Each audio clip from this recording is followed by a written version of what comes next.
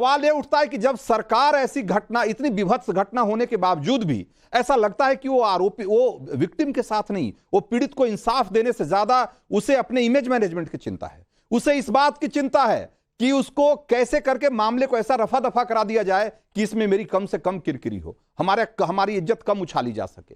और उनके सहयोगी पार्टियों की चिंता यह हो कि भाई कैसे कैसे इसको ट्विस्ट किया जाए कि इस पूरे मामले को जो सत्ताधारी पार्टी है उसके साथ जोड़कर इसमें अपनी राजनीतिक रोटी सेक ली जाए। ये इस तरह की जब सियासत होती है तब सवाल उठता है कि भाई ये इनकी प्रतिबद्धता क्या है महिलाओं की सुरक्षा को लेकर। रंजीत जी, आपने बिल्कुल ठीक कहा। घटनाएं लगभग देश के हर प्रदेश में होती हैं, लेकिन जो लोग हाथरस और उन्नाव की बात करते हैं, मैं उत्तर प्रदेश की बात करने को तैयार हूं। घटनाएं वहां भी हुई हैं, लेकिन मैं बिल्कुल बिना किसी इफ एंड बट के ये कहना चाहता हूं कि क्या उत्तर प्रदेश में इन घटनाओं का जो सॉल्यूशन है, जो सजा है, वो कितने % मिली और बाकी प्रदेशों में कितनी मिली। घटनाओं को रोकना एक बात है, घटनाओं के होने के बाद बहुत ही जबरदस्त सजा देना वो उससे ज्यादा जरूरी है, ताकि इस तरीके की घटनाओं को कमी हो सके। एक बात। दूसरी बात, ये जी बड़ी महत्वपूर्ण बात है। मुझे हैरत होती है कि जो यहाँ पर बताया जा रहा है कि जिस बर्बरता से, जिस निर्ममता से, शायद हैवान भी कभी शायद ऐसा ना करता हो, ऐसा होने के बाद किस पुलिस वाले ने ये कहा कि ये सुसाइड का केस लग रहा है, उसके खिलाफ क्या कार्रवाई हुई है? बिल्कुल अवस्थी जी, ये लॉ का खिलवाड़ है, लॉ के साथ खिलवाड़ है ये। मैं इसीलिए कह रहा हूँ, सुनिए राहुल जी, सुनिए, वो सबसे पहले जहां पर घटना हुई है, अगर मान लीजिए सुसाइड भी होता है तो वहां के प्रिंसिपल से सबसे पहले उसका स्टेटमेंट लेना चाहिए था, वो नहीं लिए। तीसरे, सीसीटीवी वहां की फुटेज गायब है। चौथे, वहां पर कंस्ट्रक्शन काम शुरू हो चुका है। आप ये बताइए, जिस जगह पर ये घटना हुई है, उस घटना को बचाए रखने के लिए सबूतों के तौर पर इस सरकार ने, वो तो सरकार की जिम्मेदारी है ना, उसके बारे में सब जवाब चाहिए। जवाब मैं उन्नाव और हाथरस के साथ मैं भी राजस्थान का नाम ले सकता हूं, मैं ऐसे ले सकता हूं कि अब बताइए, उत्तर प्रदेश में एक व्यक्ति समाजवादी पार्टी के मुखिया थे, उन्होंने कहा लड़के हैं, लड़कों से गलती हो जाती है। उनके बेटे से जब पूछा गया, एक महिला पत्रकार ने उनका, तुम्हारे साथ तो नहीं हुआ ना, तुम क्यों पूछ रहे हो? मतलब ऐसे शर्मनाक बयान भी आए हैं। लेकिन मैं किसी एक व्यक्ति को, किसी एक प्रदेश को नहीं चिन्हित करना चाहता। शांति से, एक वहां के कांग्रेसी मंत्री थे, उनका राजस्थान तो मर्दों का प्रदेश है, यहाँ तो होते हैं तो बहुत बढ़िया। ऐसे बयान दिए। अगर मैं कहता हूं कि इस समय किसी भी और घटना का जिक्र किए बिना, जो भी व्यक्ति इस समय किसी और घटना का जिक्र करता है, वो इस घटना की निर्ममता और बर्बरता को कम करके इस पर से ध्यान हटाना चाहता है। इसके अलावा और कोई कारण नहीं है किसी और घटना की जिक्र करना। बिल्कुल। बादल देवनाथ, ये सारे सवाल आप ही से हैं। मैं आप बहुत बेचैन थे सवालों का जवाब देने के लिए। आपको एक नहीं, सैकड़ों सवालों के जवाब देने हैं। आपको जवाब देना है कि प्रिंसिपल पर से इतनी तरफदारी क्यों, इतना उसको लेकर के इतना सॉफ्ट कॉर्नर क्यों है। आपको जवाब देना है कि पुलिस वाला इसको सुसाइड साबित करने में लगा हुआ था, उसके खिलाफ कार्रवाई क्या हुई। आपको जवाब देना चाहिए कि वहां पर सबूतों के साथ छेड़छाड़ कैसे हो रहा है, सीसीटीवी फुटेज कहां गए। और ये आपको जवाब देना चाहिए कि इतने दिनों तक क्यों सीबीआई जांच के में आपने अड़ंगा लगाए रखा, मकसद क्या था, क्या सबूत को मिटाना मकसद था। ये सारे सवाल हैं जिसका जवाब आपको देना चाहिए। सबसे पहले रंजीत सर, मैं कहना चाहता हूं, जो भी आरोपी है, जो लोग रेप किया, गैंग रेप किया, जो भी है, सबको अरेस्ट करना चाहिए। सीबीआई को मैं अनुरोध करूंगा, जल्दी जल्दी सबको अरेस्ट कीजिए और सबको फांसी में लटका दीजिए। हम सब पूरे बंगाल के लोग फांसी चाहते हैं उनके लिए।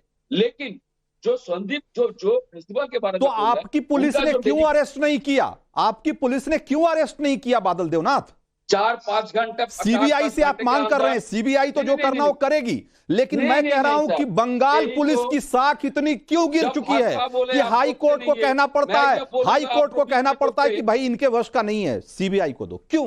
नहीं ऐसा रंजीत जी, मेरा एक हाईकोर्ट ने ऐसा नहीं बोला। अरे उन्होंने कहा कि ये सबूत मिटा सकते हैं, इससे बढ़ के हाईकोर्ट ने कहा कि इस पर बंगाल पुलिस पे भरोसा नहीं कर सकते, ये सबूत मिटा सकते हैं।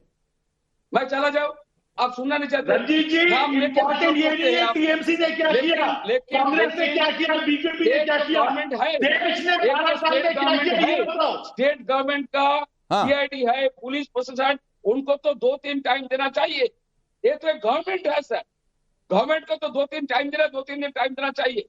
उसके बाद ममता दीदी ने खुद कहा, उनका घर भी नहीं होगा तो मैं सीबीआई को भेजूंगा।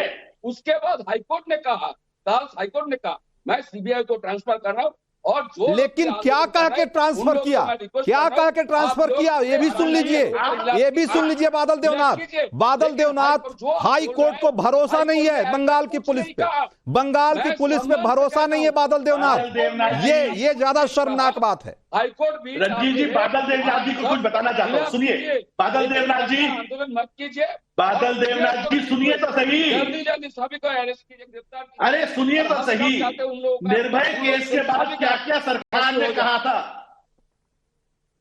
बादल देवनाथ जी आप सुन तो लीजिए, सरकार ने निर्भया कांड के बाद क्या क्या प्रोविजन लगाए थे, किस प्रकार से इन्वेस्टिगेशन होगी, किस प्रकार से तेजी से सरकार फास्ट ट्रैक कोर्ट से पनिशमेंट देगी, कहां है वो? क्या आप दूसरा निर्भया कांड होने की वेट कर रहे थे? क्या आपको नहीं पता था कि किस प्रकार के लोग हैं?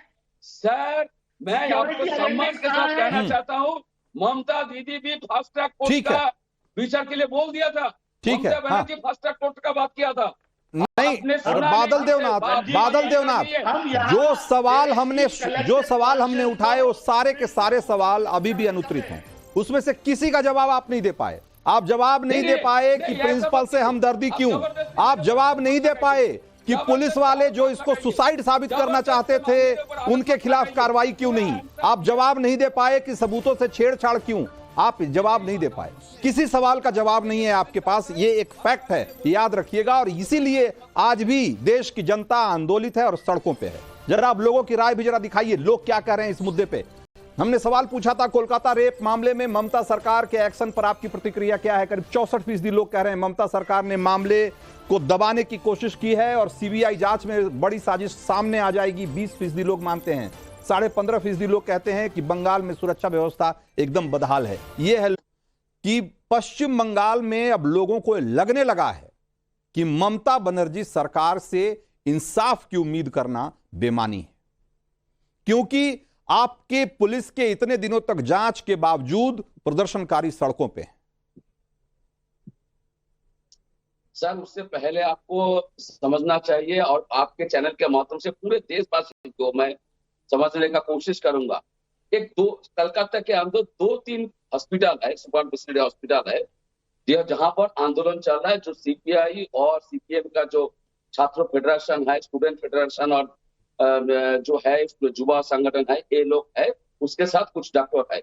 लेकिन पूरे बंगाल में सारे 10 करोड़ लोग है, ऐसे 47 सुपर हॉस्पिटल है, बहुत सारे हॉस्पिटल है, जो ग्रामीण हॉस्पिटल है, शहर के अंदर हॉस्पिटल है, पुलिस हॉस्पिटल है, ऐसे किसी जगह पर कोई आंदोलन नहीं हो रहा है। इसे कलकत्ता के अंदर हो रहा है। लेकिन जो बात है रेप, बादल देवनाथ, आपको पता है कि इसको लेकर पूरे देश के डॉक्टर आंदोलनरत हैं। सिर्फ डॉक्टर ही नहीं, इस देश का हर संवेदनशील आदमी इस बात से आहत है कि आप नेशनल टेलीविजन पे आके और इस तरह की असंवेदनशील बात कर रहे हैं कि बंगाल के बहुत सारे अस्पतालों में अगर प्रदर्शन नहीं हो रहा है, इसका मतलब यह है कि ये मामला गंभीर नहीं है।